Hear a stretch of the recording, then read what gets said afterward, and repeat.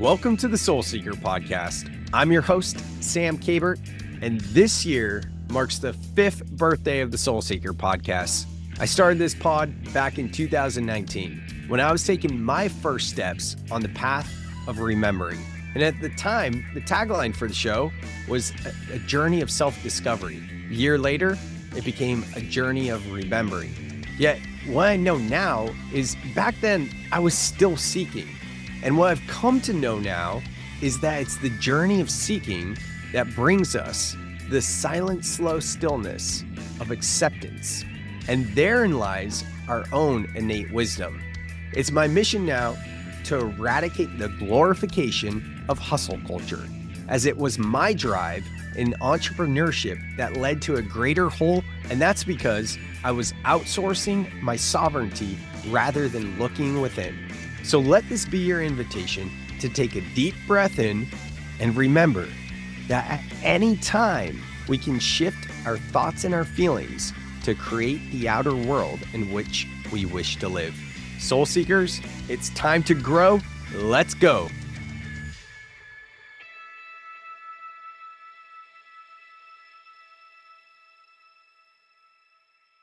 All right, here we are again for another episode of the Soul Seekr Podcast with Nat Measley. And before we get started, as always, we're going to take some breath. So for all of you listening, I invite you to breathe with us and just be mindful. If you're in a space where you can't close your eyes, like driving per se, don't close your eyes, but you can always breathe with us. So for those of you that can close your eyes, Nat, for yourself, for me, we'll close down our eyes, just feeling our feet on the floor, beginning to shift from the busy and chaotic outer world into our inner landscape, sitting up straight and through the nose, inhaling all the way up, sipping in a bit more air at the top. Exhale. Inhaling through the nose, letting the belly expand and drawing that breath all the way up. Sipping in a bit more air at the top, holding the breath here. And audible sigh, exhale, let it go. And through the nose, last one, biggest breath yet. Inhaling all the way up. Sipping in a bit more at the top, holding the breath, rolling the eyes up. And audible sigh. All right. Just letting the eyes flicker back open, the breath return to its natural state and rhythm. Nat, welcome to the Soul Seekr Podcast. I am so excited to have you here, brother. Yeah, Sam, thank you so much. And this is a great like confluence of all of my worlds, entrepreneurship meets mindfulness, meets, doing better for the world. And I appreciate everything you've done in all of our conversations, Sam. So I'm honored to be here. It's been great getting to know you. Our friends over at Speaker Flow, they do a CRM for speakers, did a webinar with you leading it. And I watched the recording, actually, which not many people watch the recordings. I'm pretty sure it was a recording. And then I reached out to you and was like, and this guy's cool. I got to connect with him. And I think this is just like our second, maybe third time connecting, but it's definitely great connecting with you. And for everyone listening that's not kind of like familiar with your work and who you are, just could you give us a little bit of background of what you're all about? Yeah, let me give you the roots of my story, Sam, because I'm sure your listeners know at least some of yours, and here I am, a new face. So kind of had an interesting path. I always say this is like a metaphor, but real, a pretty sweet childhood. I was born and raised in Hershey, Pennsylvania, in Chocolate Town, USA. Like that's what we called it growing up. Nice. I've I'll heard be there in people March.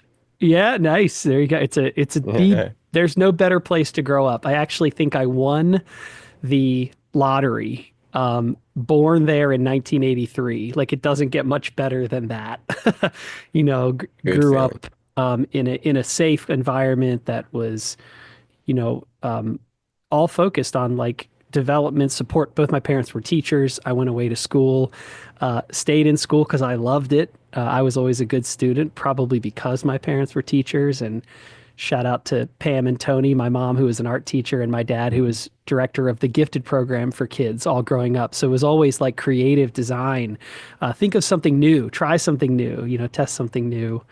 And that's led me to through my entire career. So got involved in the sports world, marketing and performance and game entertainment for Ripken baseball outside of Baltimore.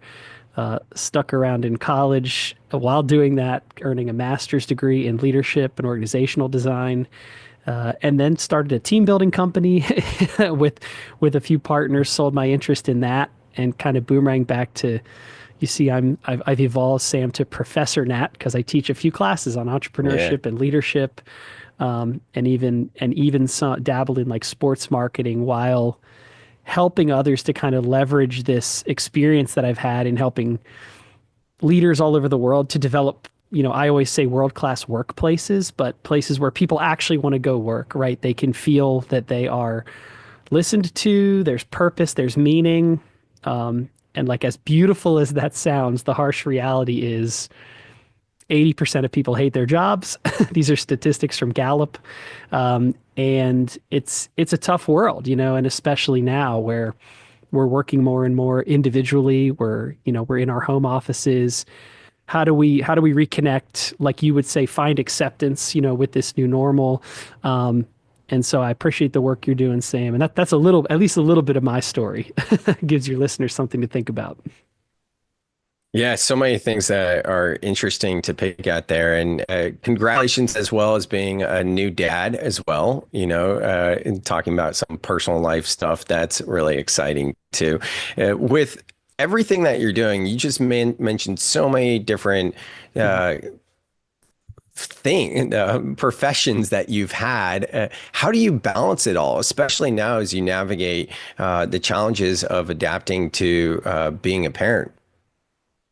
Yeah, it's a great question. I think I always try to think about like what's my purpose and core, and am I doing things that I love? It's really interesting. I've taken thousands of, whatever you want to call it, employee engagement surveys, personality tests, right? Leadership characteristic, like here's the type of person you are.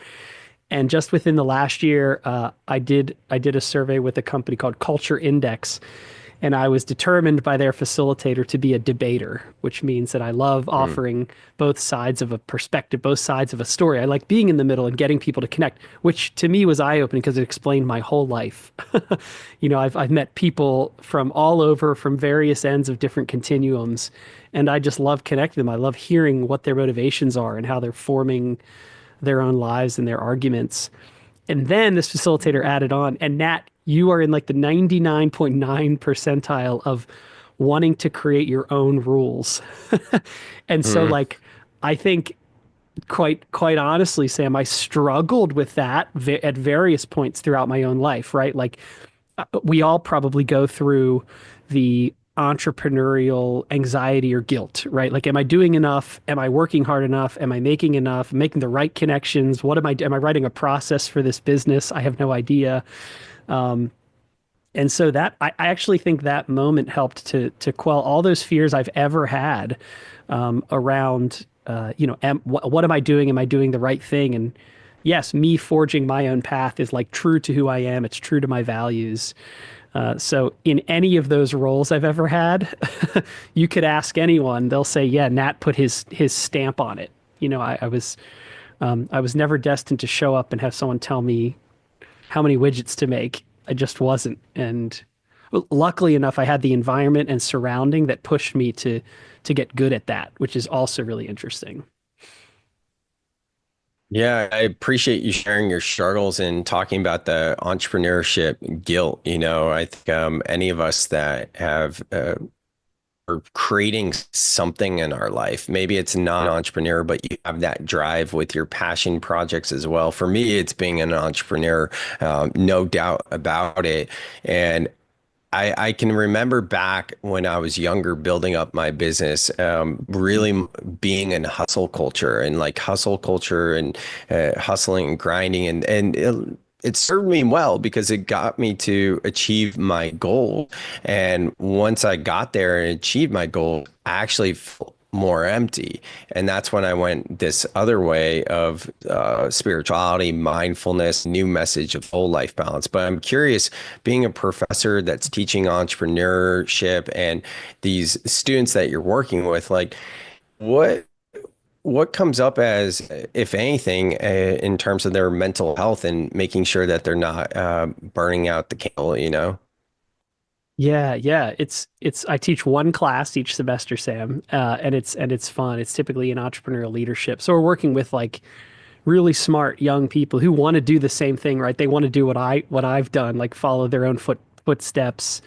I always tell them you got such advantage because, and this isn't the old like I used to walk to school, uphill both ways in the snow thing, Right. but it probably comes off as that to them. But I say like 20 years ago, 25 years ago, when I was leaving college and starting my own things, like it was a lot harder to do than it is now, right? You can start your own drop shipping business on Amazon when you're a teenager in high school, and a lot of them have, or start your own nonprofit at your local high school, and a lot of them have. And I always tell them, and it's a hard thing to do. This would be interesting for our conversation. They have to get comfortable with people telling them that their baby is ugly. And it's an Mm, exercise in resilience building, right? So they're working on something, and you know this feeling, Sam, like we all do. Speakers in the world know this feeling, right? Because when you're out speaking to groups, you want everyone to be inspired. And so when there's that one person, and it might be an audience of 100 people, and just one person says, "Oh, this didn't resonate with me today," that's hard to hear, right? That's hard to hear. And so I think the approach I take is that, like, how do you really build resilience in those moments when you've been working on something that you're so passionate about, and you found your purpose, reason, and meaning, and someone comes along, right, and says, your baby is ugly. How do you react in that moment? It's a hard. I hate it. I get those moments too. Still, you feel it's painful. It's painful, right? You feel like your heart is sinking, and so I always think about that. Trying to teach young people. It's a lesson I teach with speakers as well, as when we're out there. How do you focus? Do you focus on the impact you're having, or on the impact or the missed opportunity? Oh, it's so tough. this is such an important point, and I'm very grateful that you bring it up because as entrepreneurs, as people in general, your baby is ugly. We can apply that to art specifically, or perhaps child, but hopefully it's not like that episode of Seinfeld where that's actually happening. But yeah, I would think of it as like your art, or find a way that you can connect with that.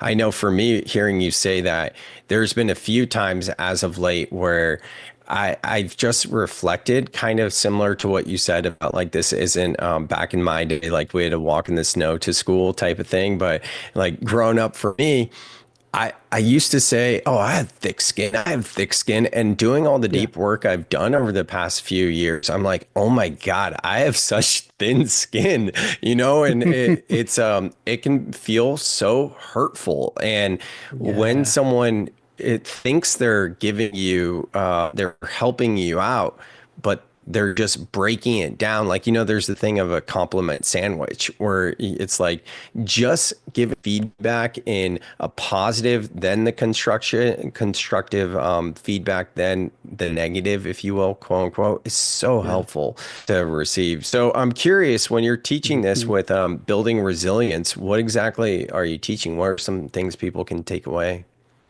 Yeah, so there's actually an interesting theory in leadership. That's the core theory in leadership. It's from a researcher and a mentor of mine who's now at the University of Florida. His name's Tony Middlebrook, so shout out to him too. And it's through his research and years of publishing articles around leaders who, and he really studies like the theoretical side of leadership and has leaned into the entrepreneur. And it's that people who are confident, optimistic, resilient, and engaged are more effective in whatever they're doing. So for entrepreneurship, it means they're better at capturing value from a new idea or sharing that value. As a leader, they're better at influencing people to see that value or to see a common vision. And that's a really interesting thing. So what we talk about is how, and what we teach is looking at individual interactions, day by day, what you've done, and basically saying, hey, look, this went well and this didn't go well, right? Like today, this podcast went well, but earlier I sent an email with a typo. Like, okay, good. I can see them both. The podcast was so good. Sam was so good. And we had such a good connection. Oh, but that email, that email, it's okay to be able to identify both of those. They both will exist every day. And so how do you just recognize them? And it's funny, Sam. I wonder if you saying as a younger person, I've got thick skin, was you building resilience, right? Like it was something like that helped you get through some moment because for whatever reason you believed you did have thick skin. And that's really interesting to me. Where's that balance between I, I too think I have thin skin, and yet I continue to, I continue to learn about myself. I continue to work on myself. And so maybe I have thick skin. Maybe I should start telling myself that. That's a great takeaway too. Yeah, it's interesting about the thick skin thing is I used to lead a men's group. I don't anymore. And I'm in talks with a couple gentlemen to put together a men's retreat. And I do definitely feel called to men's work. And what's fascinating is I feel like in men's work, there's a lot of talk that's like from boy to man, rite of passage, where it's kind of rah and whatever. And I think for me, being more of an emotional, sensitive, overweight, what's a PC way to say this? Uh, Extra fat around my chest area. I'm trying to say a PC way, but you all know what that's called. Growing up and getting made fun a lot. And, it was more of like a protective and coping mechanism. Like I have thick skin. And I think part of that was a thing that helped me to like step into my manhood and work out and feel I'm confident. And I think I went overboard on that, becoming very like meatheady and aggressive and things like that. So for me, men's work has been about softening, whereas like a lot of men, they might, especially today, there's a huge narrative about like men are soft, it's like they need to toughen up. And I'm like, okay, I feel like myself and most of my friends I've had over the course of my life, like I don't want to put labels on it to use a term like toxic, but I'd rather say maybe out of balance masculine or unhealthy masculine. And maybe the word soften doesn't make sense, but, or doesn't resonate with people. For me, I don't mind the word soften, but that's kind of where that comes from. Do you relate to any of that? Yeah, well, it's interesting. I get a chance through my work to work, my life kind of boomeranged back around to the sports marketing world and work with a couple of like former pro athletes and sports figures on their speaking careers, because they have these fascinating stories. So how do you take those into companies, right? Into cultures to bolster or support these world-class workplaces, these amazing places. And recently I was talking to an athlete who will be in the NFL in a year or two. And so like this person, you'd never know, right? Like tough as they come, like within the top 0.1% of American football players, they're very good. And he says to me, on a call, Nat, I just don't think I've ever really explored myself, that much. I've never really like tapped into exactly what you just said, Sam. And I think, yeah, there's such benefit and value to knowing both, like to knowing like him being a little more vulnerable I would argue actually could make him a better football player when he gets to the NFL. 100%. Because it's going to allow him to connect to teammates. It's going to allow him to go to a coach and in some way say like, I mean, if you're going to make the NFL, you got to do work. You've got to study. You've got to work your butt off. So like you've got to communicate to your coaches when you're hurt, you don't feel good, when you didn't do your homework, like you better grow up and get it done. Like, because someone else is going to knock you out like that. It's a competitive, you're talking about the highest performers. And so like, that in some workshops I've done in some of the classes, this concept of vulnerability is actually a powerful tool. Brene Brown talks about it in her book, Dare to Lead, that we've used in some of the classes. Why is it powerful? Well, it's because it isn't the leader or the person in charge saying like, oh, woe is me, listen to my story, here I am. It's them saying, listen, relate to me, right? Like, here's something I can share with you, and I'm trying to form those connections. And in all the work I do, that's like that's my rooted core value, is how do you connect people? I call myself a dot connector, and I love doing that. It's why I'm a good debater, I think, because I just love hearing and seeing people come together for greater good, for greater cause. And so yeah, it speaks exactly to your point, Sam. It's an interesting concept to explore deeper, masculinity. Sure. And the industries that you work with now, what would you say those specific industries are? Are they mostly kind of like corporate workplace and sports? Yeah, so I found this really interesting niche in when I left the team building company and sold my interest there. I started just looking at more generic, I would call it culture consulting, right? So the team building company was actually called the Fun Department. That was the name of our company. So we would produce events and team building outings. And so we looked at like, how do you build a group of people, a culture, or a team through this very singular lens of pure fun? And like it worked because we had great facilitators and it served, I would argue, a good purpose in the time that it was needed.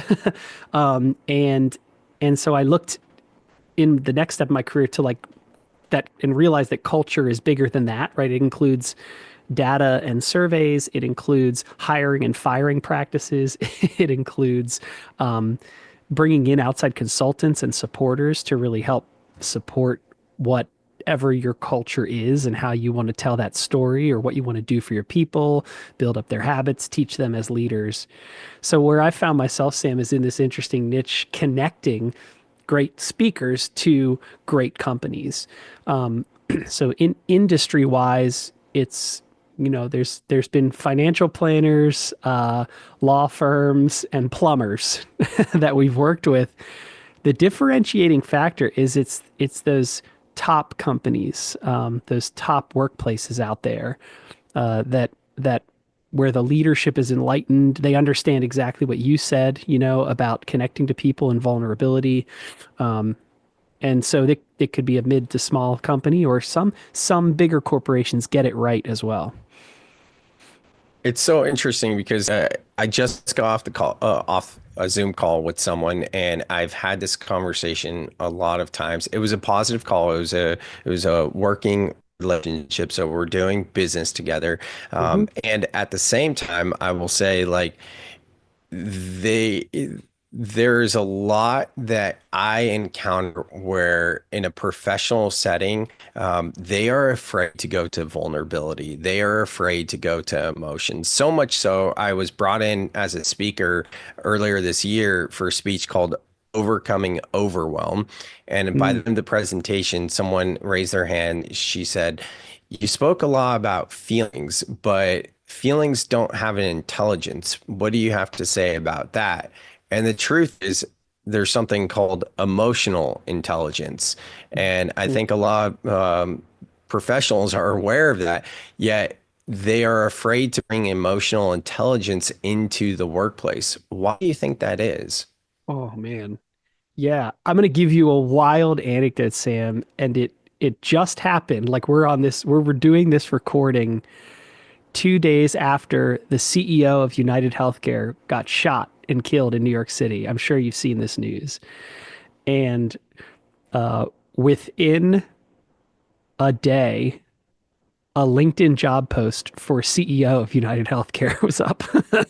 And of course, it's getting shared around. And another friend of mine, Sam, who's an influencer, who's far on the continuum of like, take care of yourself, right? Almost like a an employee workplace advocate, but like very staunch on the employees need to take care of themselves. She showed this LinkedIn post and she said, just let me tell you this 3 times. Your company doesn't care about you. Your company doesn't care about you. Your company doesn't care about you, right? They will replace you Damn. tomorrow. And like, unfortunately, what the data says is that is the case for a large percentage of employees. So Sam, they feel they can't be vulnerable. Some employees go to work and don't even want to turn on that emotional intelligence part of their brain, and they might do it every hour of the day outside of work, but they compartmentalize it for Hmm. various reasons. Now, is that good or bad? I don't know. I really don't. And I think it's probably up to that individual person or that individual employee, that individual company. Maybe it's their team or manager. Like through the culture data, we know that something that directly impacts your experience in the workplace is your relationship with your direct report, right? Obviously, like if I'm reporting to Sam and I like Sam and Sam is vulnerable with me and I'm allowed to be vulnerable with him and I don't get punished for it, like which sounds ridiculous, right? Like why would I punish why would you, Sam, punish me for being vulnerable? You never would. That's because that's who you are. I already know that about you. But like sometimes in the corporate world that's become part of the culture, and again, not everywhere, absolutely not everywhere, but it's you could to answer your question directly, like you could be punished for it.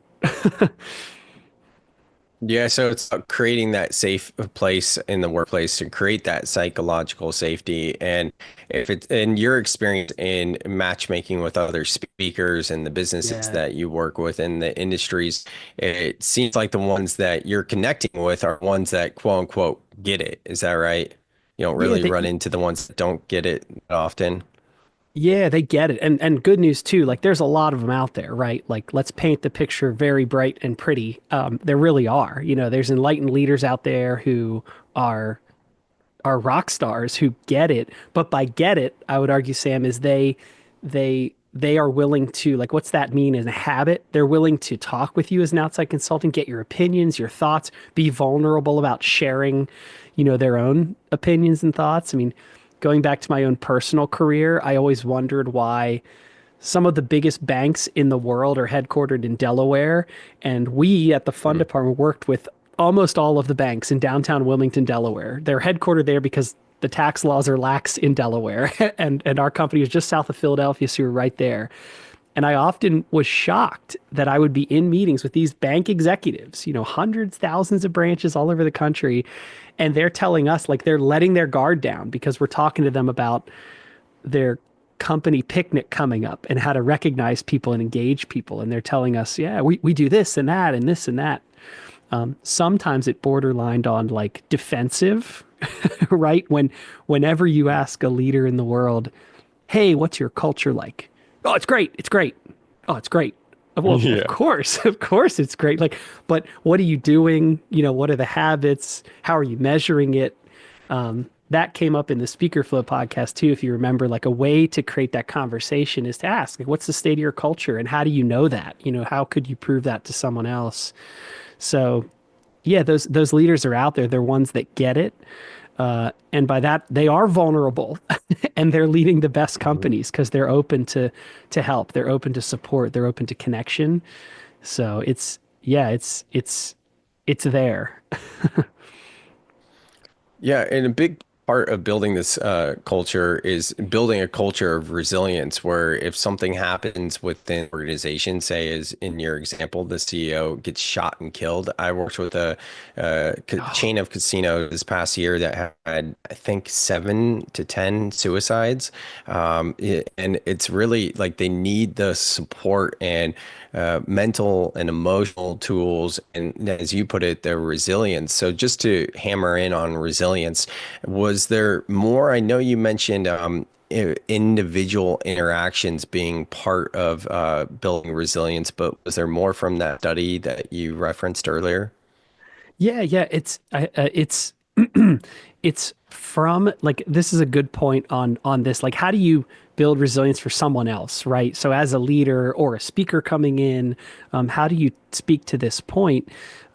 Because I do think that the traditional model for resilience is like it's I have thick skin or it's toughen up, right? Hmm. Walk it off. Like these are things we've all heard in our lives, and Pain is weakness leaving the pain is body. pain is weakness leaving the body. Like tough up, Sam. Okay, relax. Like Yeah. get tough. And I do think there's merit to that. If and part of the work and the research in like again like going back to really understanding connections is if it's coming from a place of love, right? Like if I can critique you, Sam, and give you my opinions and thoughts, but I love you. Mhm. It's a very different conversation than we've never met. It's, I don't know, I'll always go back to the corporate culture example, like quarterly review time, Sam. Looking at your numbers, Sam, you got to toughen up, right? Mhm. Like, no, if you don't know that I actually care about you as a person, so that that feedback and critique is coming from a place of love, is especially for this generation of college graduates ish, right? 16 to 26 years old. They need that. Like I win over a classroom of college kids once they know I care about them. But until that moment, defense walls are up. Part of that I think is human emotion, but the second I can tap into something they care about or their passions, and they see I can care about that because it's going to make the whole experience better. It's a good model to try to teach and show how to build, like going all the way back to resilience. You do it from, you start, it takes time, but you build love first so that resilience can follow. I think that's my own philosophy on it, but there's research that does back Yeah. that up. Now I'm curious, do you think that you can teach caring because you are clearly a very caring pe person and that energy just comes from you and it's who Mm. you are. But if someone tries to be caring, Mhm. usually we can tell like it's kind of a facade, like almost being vulnerable for the sake of being vulnerable. It's like, oh, I see what you're doing here, you know? Yeah. Yeah. Well, and this is cool because I get to work with people like you, Sam, and others who are genuine and authentic, right, in being caring and helping. And there is a lot of research around authenticity in leadership habits. That there's one specific study that I dove into in grad school around how the followers perceive the leader, and it's one of three ways. And number one is like authentic, number two is acting like, oh, they're faking it, and number three is deep acting, so like, wow, they're really faking it. Like there's and two and three there's the shatters trust, right? Two and three there shatters trust between people. Number one, being authentic and genuine in who you are and understanding how you're being perceived based on how you act or your habits doesn't matter. The followers are figuring that out and they know it pretty quickly. Mhm. And sometimes it's based on past experiences. Sometimes it's based on the day or how they're doing. And so yeah, I appreciate you saying that, Sam, that I am caring because I know that, and I think I probably used to see that as a weakness, and now I see it as a freaking superpower. Huge superpower. Yeah, And and I that think I wouldn't have weakness, done that. yeah, go ahead. No, I wouldn't have done that years ago. I wouldn't have thought What that. helped you? change to see it as a superpower to reframe that?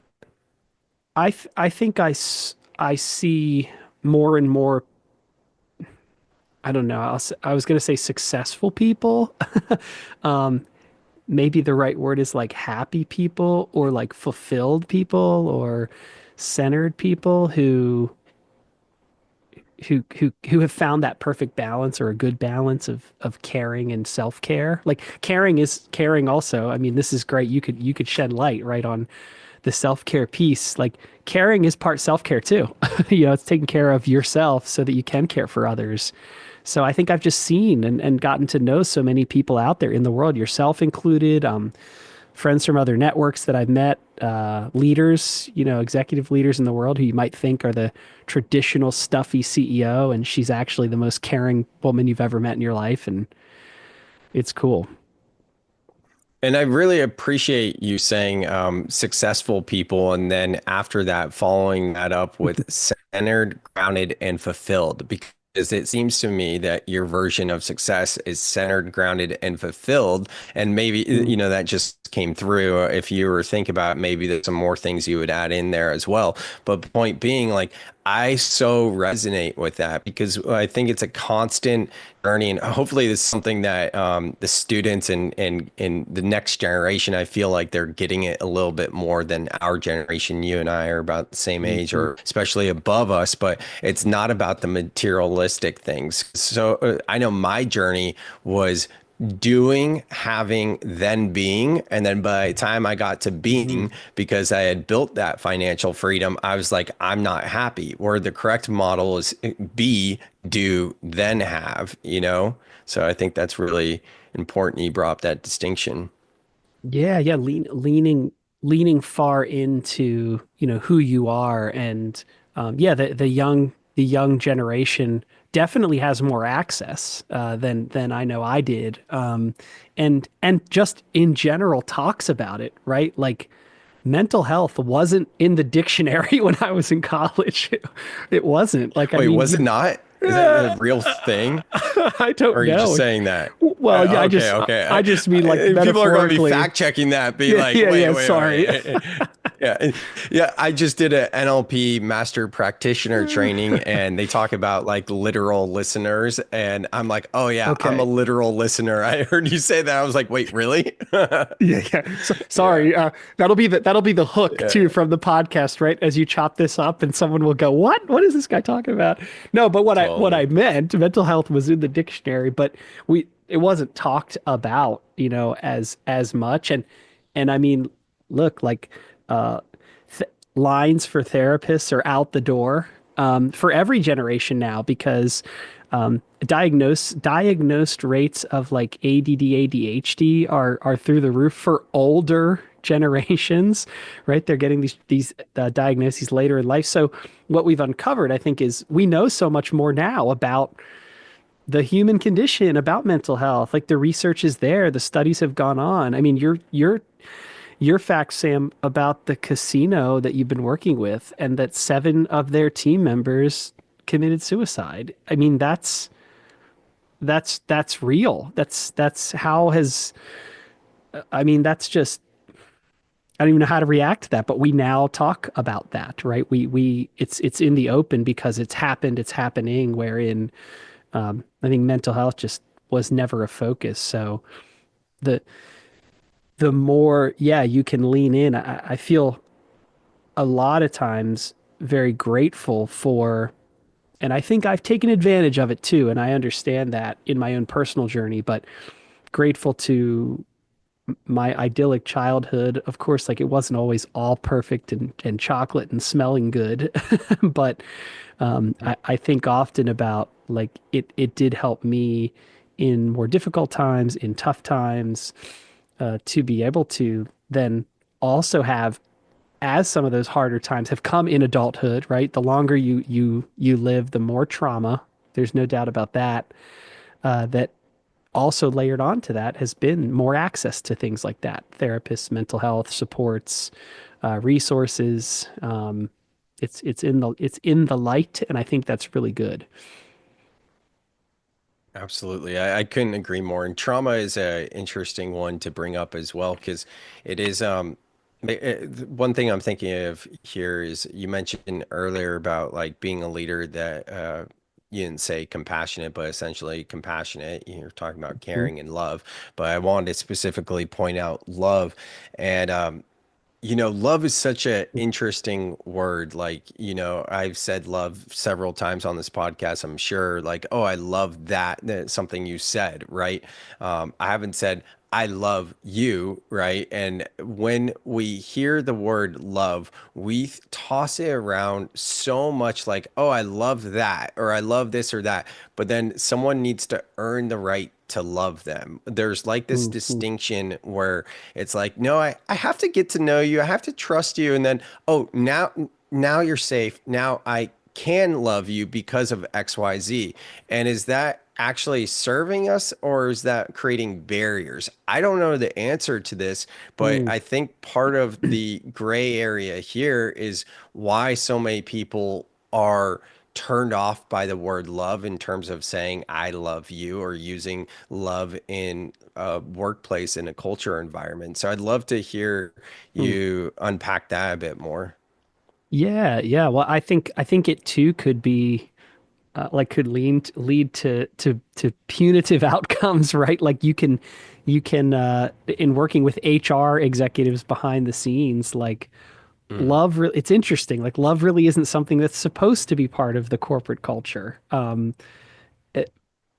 But again, those enlightened leaders are they love their teams, they love their people, and uh, there's a certain way to to approach that because it's a nebulous term and it's hard. But I think from a place of love is a fair way to approach that.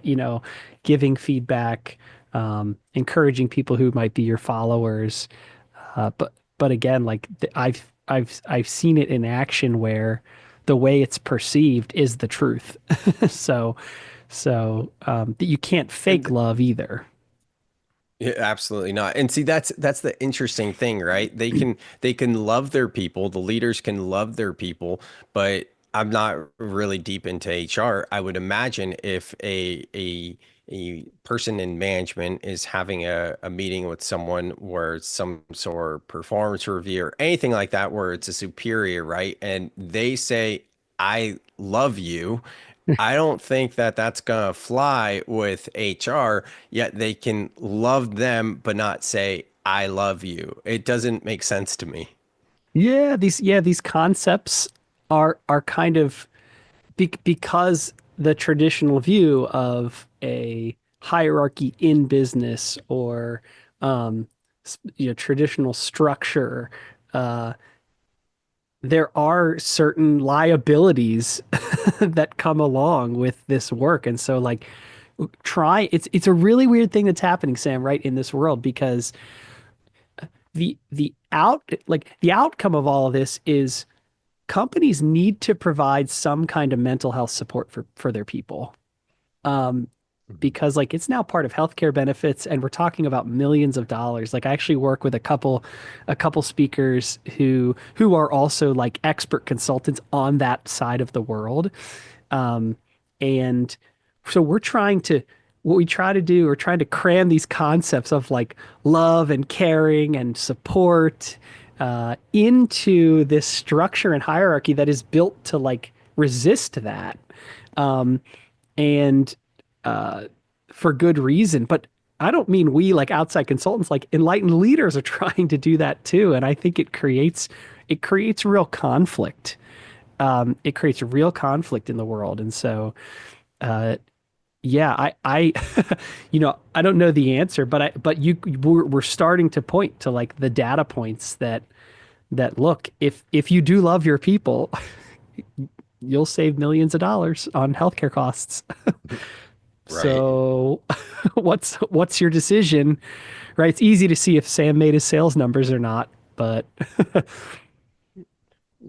it's Yeah, wild. or if you show it that way with the bottom line. So now, as we begin to Yeah. start to slow down and close this down, curious in the next like 10, 20 years, or with your daughter just being born and her being Mhm. 4 months, I almost said years, 4 months Mhm. old, what do you see like, to use her as an example, like when she grows up and she's entering the workforce, so that would be 20 years from now.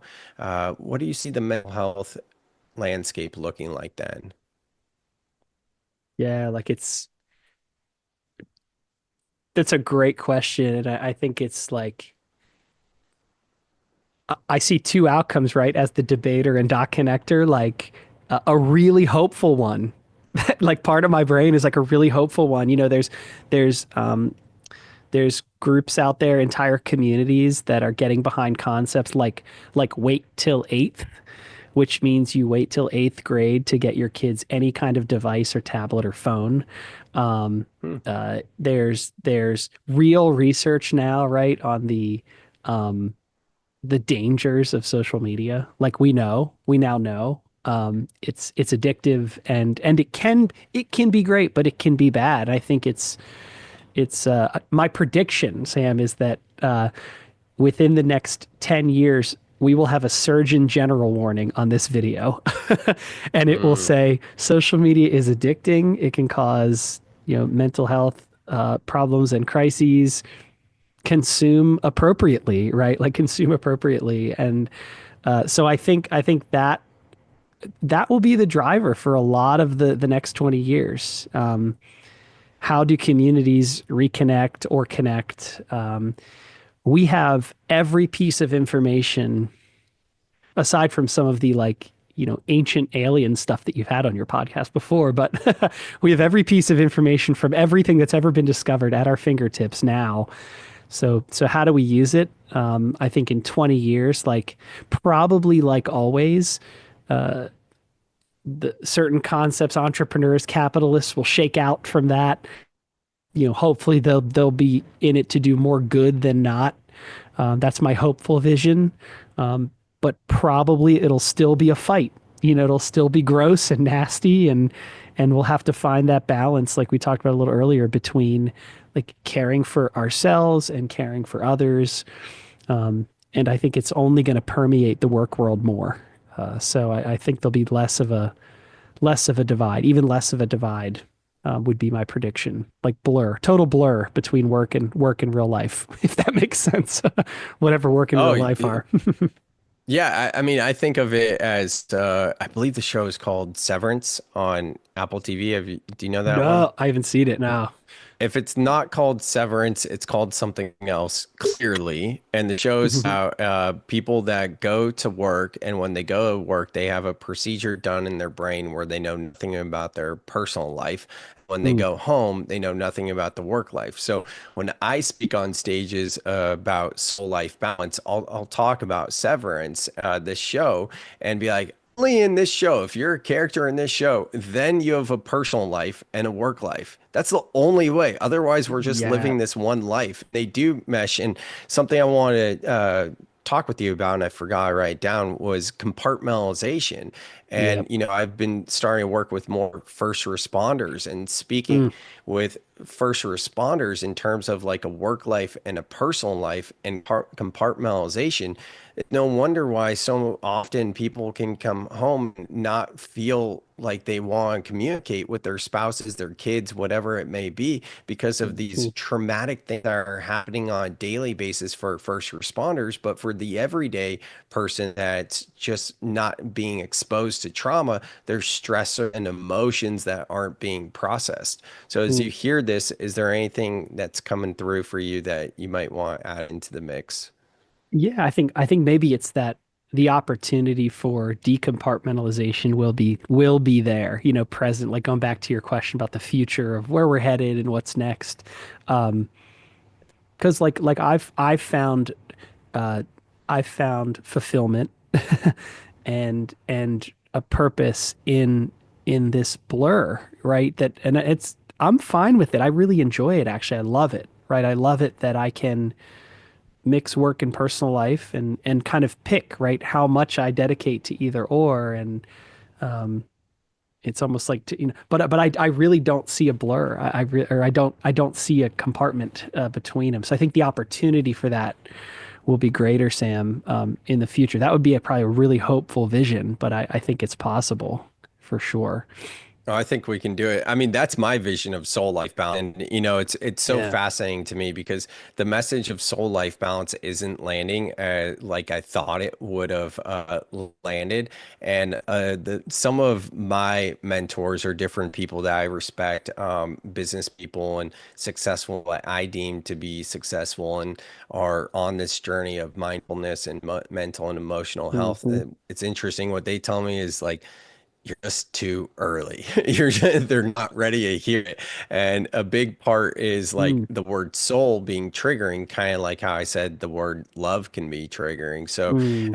I like how you're talking about as the blur. I haven't heard it put that way, but yeah, the Hmm. blur is a good way to think about it for sure. Yeah, yeah, we're gonna cram in love and soul and like mindfulness and these things that like they're starting to crack, Sam. They're cracking the wall, I promise. Like they really are. Um, but also, some people compartmentalize because they need to in that moment, or they want to protect themselves, or it's it's I'm on Team Sam with that though, like cracking that wall and pushing these things through only because again, like I've seen it, right? When I have a really good friend, Palvishay Tariq, who's an amazing coach out there who works with executives on like cracking them down basically to get to the root. And when they come out from working with her, what they've done is explore their past, really try to understand where they've come from, what's their purpose and meaning. And these are super high performers, mostly in like the Boston area recently. Mm. They realize, oh, like this is going to make me a better person, a more complete person. And oh, as a byproduct, I'll be a better leader or a better entrepreneur or a better, fundraiser, like whatever the end result is. So It's it's happening. It's pretty rare when someone is willing to surrender and address all of their shadows in the psyche and get to the root that they don't come out a better person. And in the most previous podcast to this, my friend Alicia Kay, she's a licensed therapist of over 20 years. We Yeah. talked about coping effectively versus like coping strategies and how some people might not be ready. And a year ago, we talked about compartmentalization because I was like, Alicia, like Mm, we gotta do a pod on compartmentalization because I don't understand this thing. I think this is one of the worst things someone can do. And in that podcast, that's basically what we talked about, it being effective as a coping mechanism or strategy if someone is not able to actually process it in real time, mm, then mm, yes, they would need to have to go back to it later and open that box. But what happens, as you know, most people don't want to open that box, and that's okay. We're not here to tell them mm. to, but it's like, hey, we're teaching you how, so it is accessible if you want to go that route and you don't want to live in these negative emotions and thoughts day after day and then just continue and numb yourself in the different ways we distract ourselves. Yep. Yeah. So Yeah. Yeah. It's good. great. And that's a perfect segue for final thing. You have a happiness training. Talk to us about Yeah. your happiness training real quick.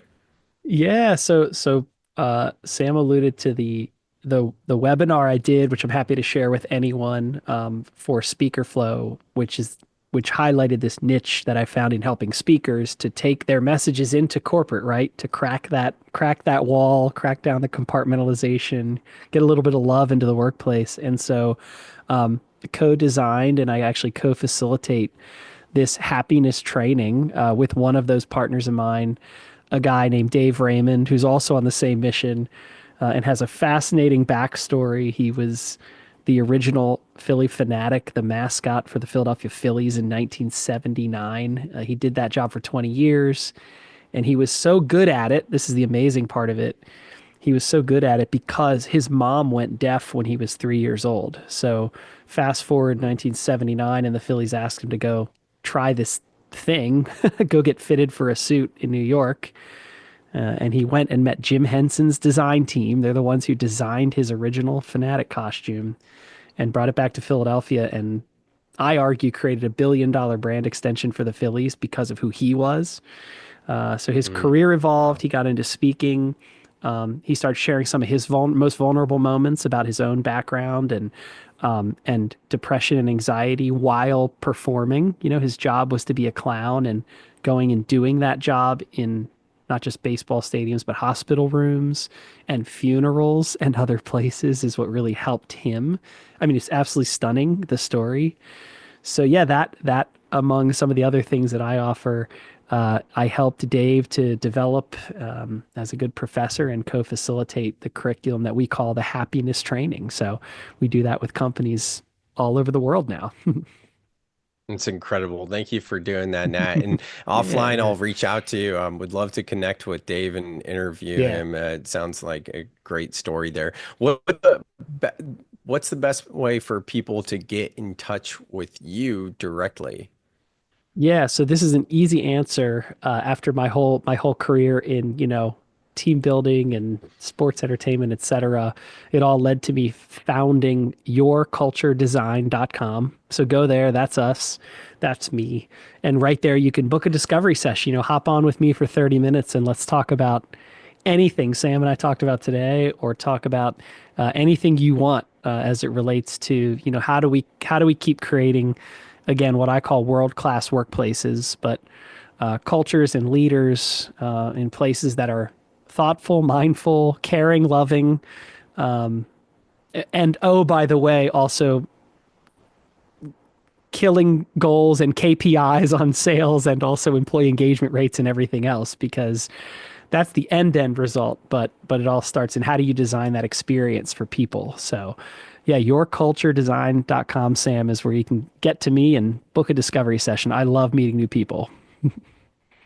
Yeah, I really can tell that's the truth right there. Yeah. So for anyone listening, Yeah. if you're listening to this and feeling called to connect with Nat, just go to the show notes. There you'll find the link to his website, his LinkedIn as well, and you can connect with him directly there. Nat, thank you so much for taking the time, share your wisdom, your heart with us, and I appreciate you making space and time to be on the Soul Seeker show. Yeah, Sam, I appreciate you having me on. And as always, more work to do, right? So I'll be back. I'll be back. Open invitation. We'll see you soon. Yeah.